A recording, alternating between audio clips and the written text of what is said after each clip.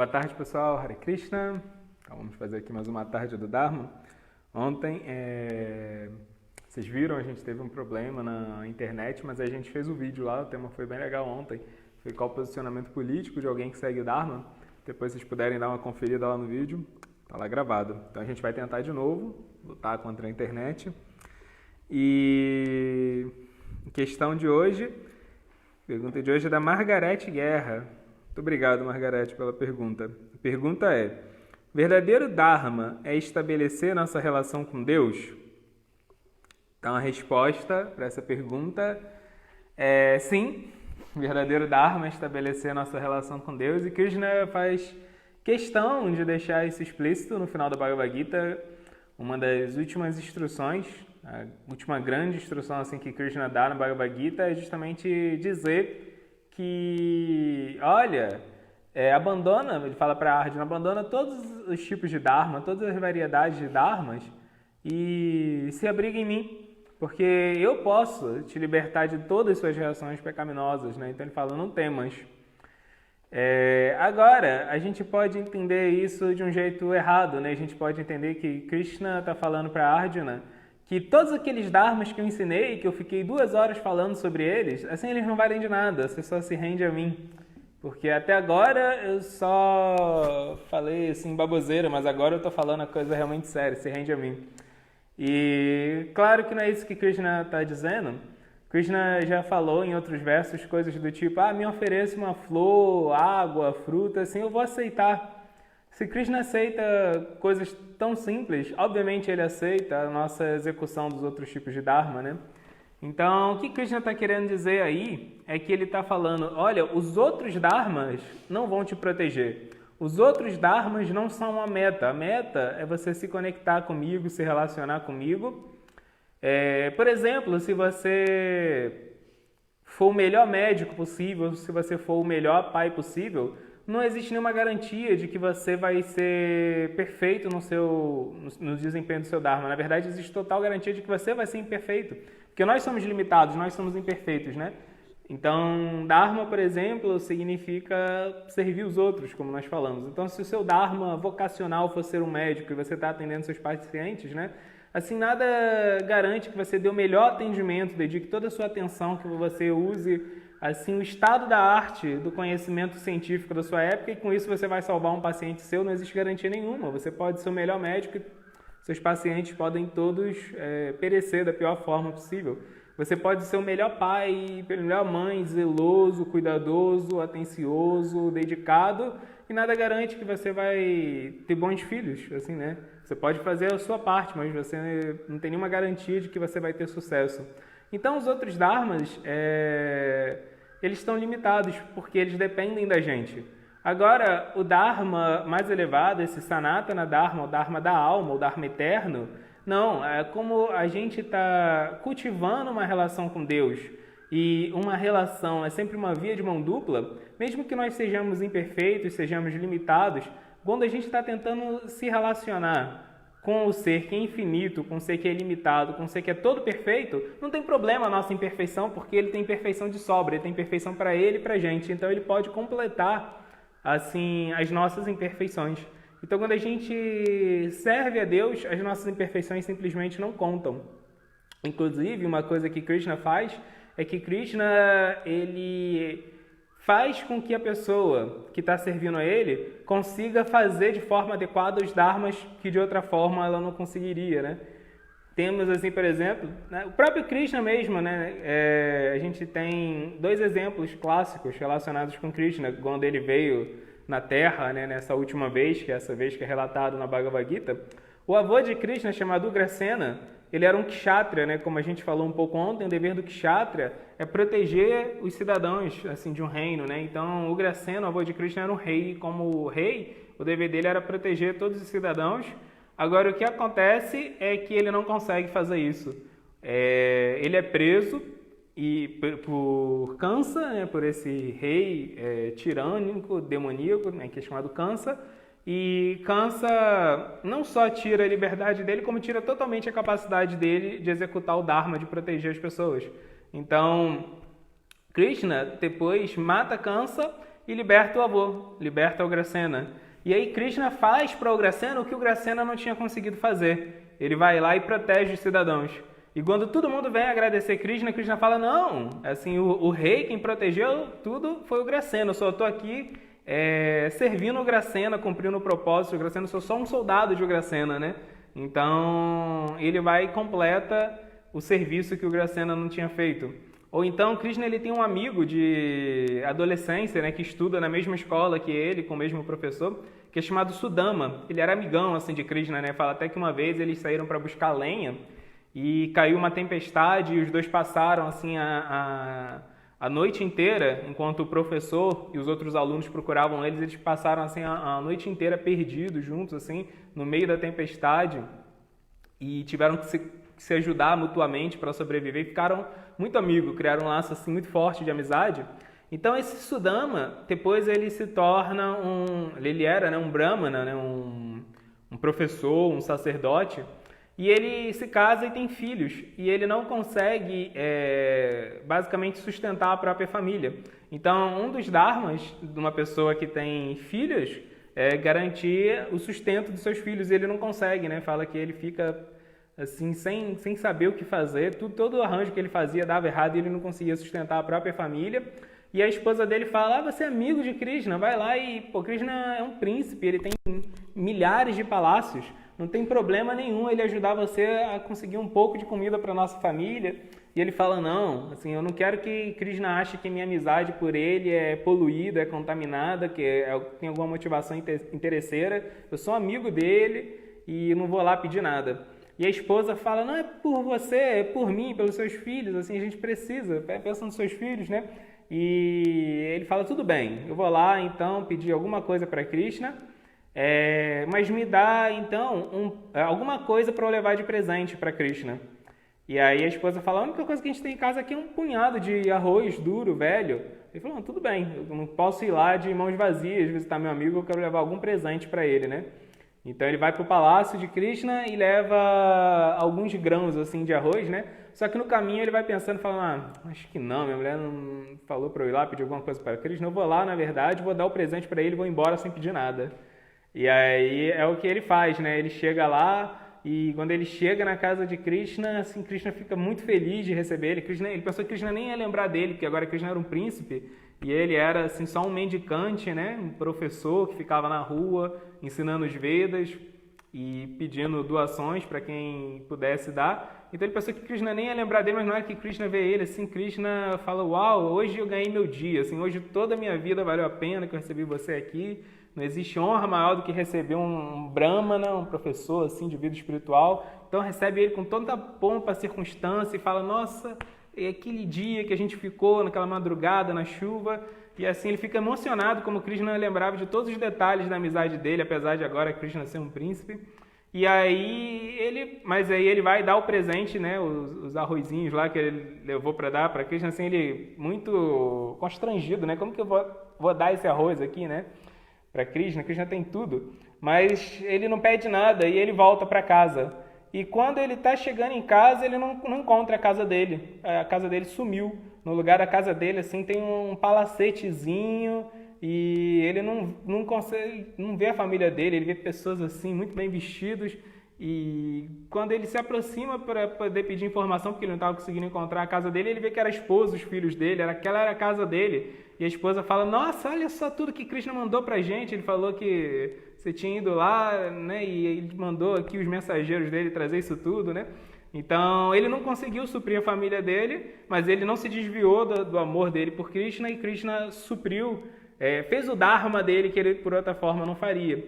Então, assim, Krishna é tão completo que quando a gente se relaciona com Krishna, até os outros dharmas se tornam completos, de outra forma eles são falhos, né? Existe até um verso do Srimad Bhagavatam que fala que se você cumpre todos os seus dharmas e não desenvolve interesse em se relacionar com Deus, o que você ganhou, né? Se você for um excelente médico, mas não desenvolveu o desejo de se relacionar com Deus, assim, Você pode ter sido um médico que ajudou a melhorar a saúde de criminosos, de pessoas que usaram essa saúde para fazer mal para outras pessoas depois. Então, assim, seu Dharma não foi completo, né? Mas fala, e se você não conseguiu fazer Dharma nenhum seu, mas conseguiu se relacionar com Deus, o que você perdeu, né? Então, assim, se o objetivo de todos os Dharmas era levar esse ponto, você não conseguiu fazer nada, mas chegou nesse ponto, o que você perdeu? Então, isso é muito claro em todas as escrituras védicas, se relacionar com Deus é o auge do Dharma, é o objetivo do Dharma, mas a gente tem que entender isso muito bem, para não cometer um equívoco terrível, né? Como acontece esse desenvolvimento da relação com Deus? Então, isso é descrito nos Vedas, fala que a gente começa a se relacionar com Deus quando a gente tem algum tipo de fé, um pouco de fé. Isso é chamado Shraddha, né? Você precisa de ter algum pouco de fé de que Deus existe, de que vale a pena se relacionar com Ele. Então, existem, segundo Krishna, 4 tipos de fé, 4 categorias de fé. Alguém pode desenvolver fé em Deus porque essa pessoa não tem sozinha a capacidade de resolver seus próprios problemas, ela está sofrendo, ela está frustrada, e o que acontece é que ela tenta se relacionar com Deus para poder pedir ajuda para Deus. Então, Krishna fala que essa fé baseada no sofrimento é muito frágil, porque você pode, assim, perder toda a fé quando o sofrimento passar, né? Deus pode remover o seu sofrimento, e se esse era o único motivo para você ter fé, então acabou sua fé. Ou então, aquele sofrimento tinha um objetivo pedagógico, visava você aprender algo que você não aprendeu, então Deus não tira aquele sofrimento, e aí também, assim, você fica frustrado e a sua fé não vai se desenvolver. Então, esse é o primeiro tipo de fé. O segundo é uma fé baseada em interesses, de conseguir recursos nesse mundo que pela sua própria capacidade você não tem como adquirir, então você pede ajuda para Deus te dar esses recursos. Krishna também fala, essa fé é muito frágil, porque se Deus te dá aquilo que você está pedindo, então você vai ficar pedindo outra coisa, né? Você vai criar uma relação interesseira com Deus, isso não vai fazer você se tornar uma pessoa melhor. Agora, se Deus também não dá aquilo que você está pedindo, porque você não tem maturidade para usar, então você também vai perder sua fé. Tem a fé baseada em curiosidade, a pessoa quer entender como funciona esse processo, aquele outro processo, mas assim, uma vez que ela entende externamente, superficialmente os processos, aí ela já quer conhecer outra coisa, né? São aquelas pessoas que têm, assim, muito interesse por esoterismo, misticismo, quer entender como fazer aquele ritual, aquele outro ritual, que lê um monte de livro, mas não pratica nada. Então, é uma coisa muito superficial. E tem a fé baseada em conhecimento. E Krishna fala, essa fé aí é a fé que pode ficar forte. Essa é a fé que eu considero a melhor. Porque o conhecimento é algo que pode sempre se expandir. E se você atrela a sua fé ao conhecimento, quando o conhecimento se expandir, a fé ela vai crescer também. Vai ficar mais forte, né? Vai ficar mais real. Então esse é o primeiro passo da vida espiritual, ter fé. E aí, quando você tem fé, você vai inevitavelmente acabar buscando a companhia de outras pessoas que têm fé também. Esse é o segundo passo da vida espiritual, sadhu sanga. Você vai buscar a companhia de outras pessoas que têm fé e vai começar a imitar o que essas pessoas fazem, né? Você vai ver, o que elas estão fazendo, como que elas mudaram a vida delas, como que elas mudaram a rotina delas, qual prática elas estão fazendo para desenvolver virtudes, para evitar defeitos. E aí você entra no terceira etapa dessa progressão para poder alcançar esse Dharma de se relacionar com Deus, né? Que é fazer o que aquelas pessoas que têm fé fazem, o que aqueles devotos fazem, que é o terceiro estágio chamado Bhajana Kriya. Bhajana Kriya significa que você vai tornar recíproca sua relação com Deus. Você vai levar a sua relação com Deus de um estágio só de fé subjetiva para um estado prático. Você vai transformar isso em ações reais nesse mundo. Você vai fazer coisas para agradar a Deus.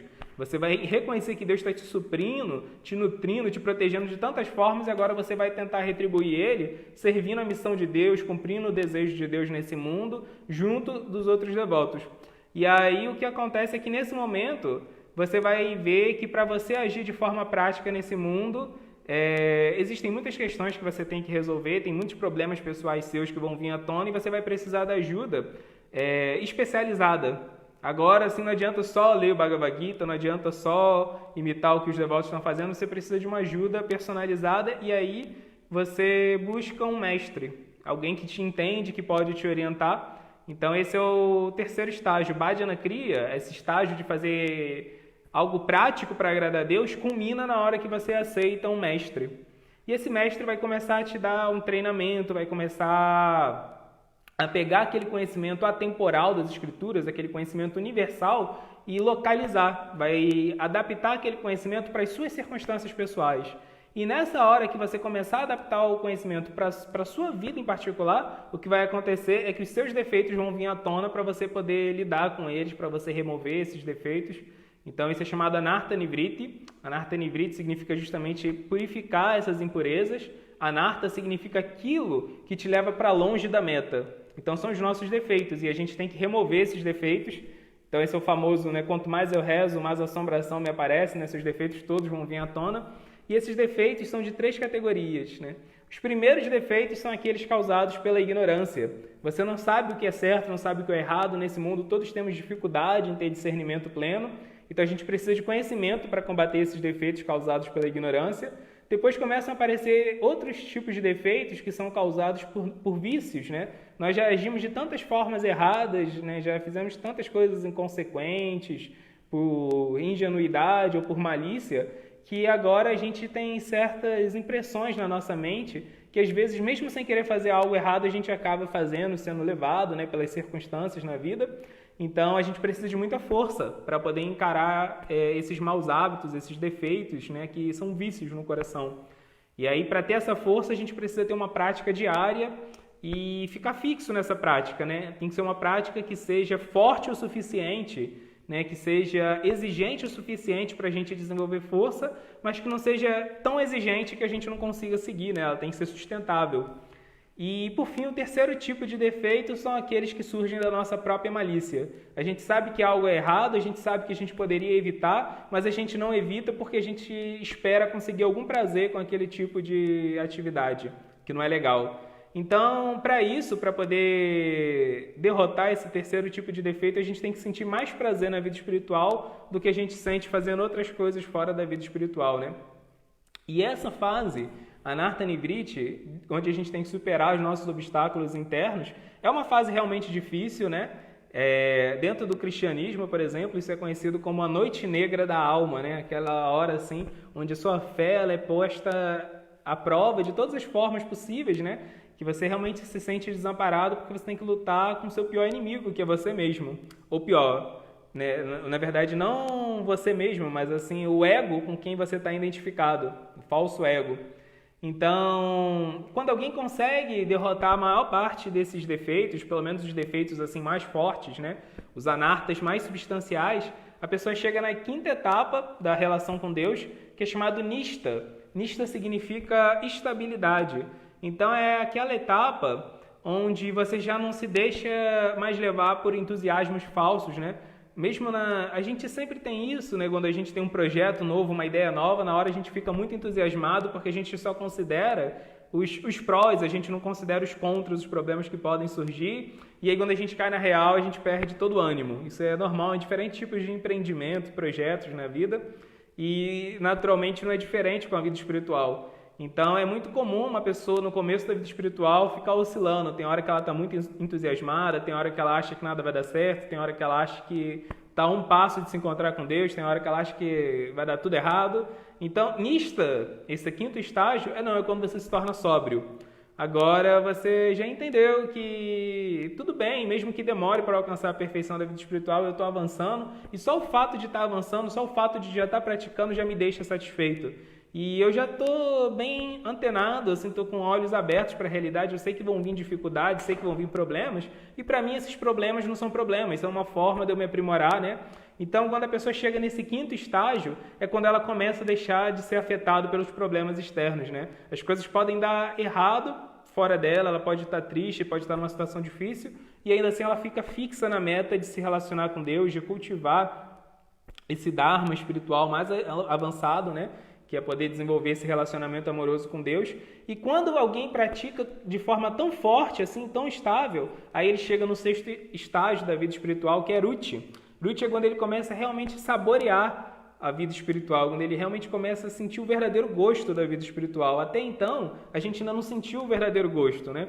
A gente, por exemplo, quando ouve um mantra, um bhajan assim bonito, a gente saboreia que aquele mantra está sendo cantado assim, de uma forma doce, artística, né? Ou então quando a gente come um alimento, uma praçada, um alimento que foi oferecido para Deus, que é muito saboroso, a gente sente prazer. Ou quando a gente ouve uma explicação filosófica que agrada ao nosso intelecto, a gente sente prazer. E o prazer da vida espiritual que a gente está sentindo não é o prazer de servir, é o prazer dessas coisas externas associadas ao serviço. Mas quando a pessoa chega nessa sexta etapa, agora sim ela saboreia o prazer de servir. Ela pode não ter nada agradável fora dela e ainda assim ela vai estar muito satisfeita, vai estar sentindo um prazer enorme, porque ela está sentindo o verdadeiro prazer de servir. E uma hora esse prazer se torna tão intenso que aí ele se torna apego profundo por Deus, que é a sétima etapa da vida espiritual, a Shakti. A pessoa fica muito apegada ao prazer que ela tem de servir, e então esse prazer que ela sente, desse apego por Deus, supera todos os outros apegos. E aí o que acontece é que ela vai perdendo, nesse sétimo estágio, todas as outras identificações com as coisas desse mundo que não seja servir a Deus.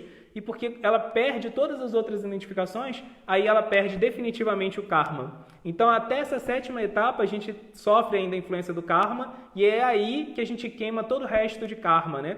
Desde o começo, à medida que a gente vai avançando, o karma vai cada vez ficando mais leve, vai ficando mais fácil de você suportar, vai se reduzindo, mas a gente preserva alguma parcela de karma até chegar nessa sétima etapa, que é a Shakti. Então, né, quando você queima totalmente o seu karma, então isso significa que você queima totalmente o seu ego material, acaba com o seu ego material e você lembra quem você é de verdade, você passa a se sentir como alma de novo.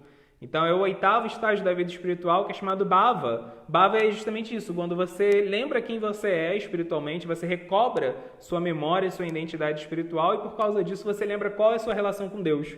E quando você lembra qual é a sua relação com Deus, aí você encontrou o propósito da vida. Tudo passa a fazer sentido, né? É assim a última peça do quebra-cabeça agora para você entendeu tudo, né? E aí quando você entende tudo, naturalmente você vai estar livre para poder ir para a nona etapa da vida espiritual, que é Prema, que é quando você cultiva amor puro por Deus. Aí sim, a gente alcançou na perfeição, na plenitude, esse último Dharma, né, que foi mencionado na pergunta, que é se relacionar com Deus. Então, isso é a combinação de todo o processo do Dharma. O Dharma visa levar a gente a esse ponto, mas olha só o tamanho dessa jornada até chegar a esse ponto, né? Então imagina como que a gente vai atravessar todos esses estágios, né, principalmente a Anartha Nivriti, a hora que nós tivermos que lutar com o nosso falso ego, com as nossas imperfeições, se a gente não tem ética, se a gente não tem moralidade, se a gente não tem conhecimento, se a gente, né, não tem outros propósitos na vida que levam em direção ao despertar do amor a Deus, mas que ainda não é assim esse estágio mais avançado. Então tudo isso é muito importante, né? Então os outros dharmas, eles são essenciais no sentido de que eles ajudam a gente a alcançar esse relacionamento máximo com Deus. Então, como meio, eles são perfeitos, né? Eles visam levar a gente para esse ponto. A gente não deve negligenciar os outros dharmas. Agora, como meta, aí eles são todos falhos, né? Se alguém, por exemplo, deixa de cultivar seu relacionamento com Deus porque ele é um médico e ele quer estudar mais, se dedicar mais, e aí não sobra nenhum tempo para ele pensar em Deus, para ele orar, meditar e ler Bhagavad Gita, porque ele tem que se desenvolver como médico, aí tá errado, né? Assim, se você está tão preocupado, assim, você tem que cuidar da sua família, porque esse é o seu Dharma. Mas você está tão preocupado em cuidar só da sua família, isso é egoísmo, né? Você está esquecendo que toda a humanidade é sua família também, todo mundo é parte de Krishna, né? Então você está negligenciando Krishna, então você também está perdendo o ponto de se relacionar com Deus. E o que acontece é que quando alguém troca o Dharma superior de se relacionar com Krishna por um Dharma inferior, ele fica sem os dois, né? Então, porque a gente não tem capacidade de executar os outros dharmas na perfeição. Então, o ponto é, a gente tem que sempre que manter em meta que o dharma verdadeiro é se relacionar com Krishna e, ao mesmo tempo, a gente não pode ser negligente com os outros dharmas, a gente tem que executar eles para oferecer eles para Krishna, para agradar Krishna. Então, por que eu vou ser um bom médico? Por que eu vou ser um bom pai de família? Para agradar Krishna. Então, esse é o ponto. E quando você faz isso com essa concepção, você faz essas atividades melhor, porque você não está fazendo para você, mas você está fazendo para Krishna, então tem que ser muito bem feito. Porque quando você está fazendo para você, então a atividade que você faz para você fica sujeito à sua própria vaidade, a própria evolução do seu temperamento, as suas próprias frivolidades. Um dia você pode se dedicar, mas no outro não, porque você está fazendo para você. Mas quando você faz para Krishna, não, você tem que ser impecável. E o que acontece é que agora você tem a ajuda de Krishna para cumprir aquele Dharma de forma perfeita. E a ajuda de Krishna é a única garantia segura que a gente tem nesse mundo. Então é isso, pessoal. Se tiver alguma pergunta. Tá. Diga lá, Saranga. Que uma pessoa poderia, assim, esse ponto de só fazer para agradar a Krishna, não agradaria também uma pessoa que honesta, sinceramente, faz para o bem das pessoas? Isso não seria já de fato suficiente no sentido, assim, porque fazer para Krishna também não, para não tirar essas possíveis caídas, como você mencionou. A Saranga perguntou assim, se alguém, por exemplo, cumpre seus outros dharmas só pelo bem das outras pessoas, assim, com altruísmo sincero, realmente de forma sincera, mas sem a concepção de Krishna, sem a concepção de que existe um Deus assim por trás, né? Então, isso já não seria suficiente, né? E ela mencionou o fato de que quando você está tentando se relacionar com Deus, isso não muda o fato de que você possa ter quedas, possa ter problemas nesse processo. Então, a primeira pergunta, né? Assim que quando a gente tenta cumprir nossos outros dharmas sem a concepção de que Deus existe, o que a gente vai ver, na verdade, e sim, isso é muito importante, né? Porque o Dharma ele é inclusivista, o Dharma ele leva a gente em direção a Krishna, mesmo que a gente não tenha essa intenção originalmente. Então, por exemplo, uma pessoa que ela está tentando ser o melhor médico possível, vai chegar uma hora que ela vai se dar conta de que eu não posso ser nunca esse melhor médico possível, né?